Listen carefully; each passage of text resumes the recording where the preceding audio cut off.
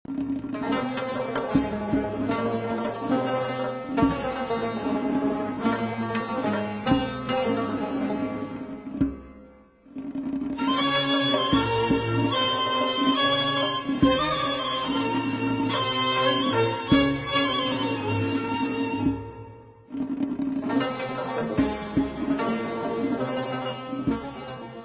من کوێستان تارای شۆی بەسەردا داوە، خشلی گردنی مای زەردووکاوە،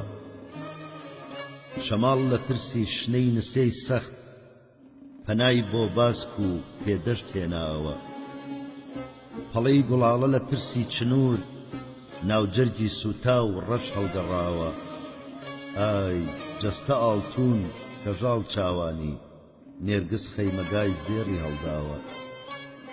چووز بووکی شاخە جریوەشم شاڵ شاباشی شایی هاژەی چەماوە، بەزم قەتارەی قوڵن و قازە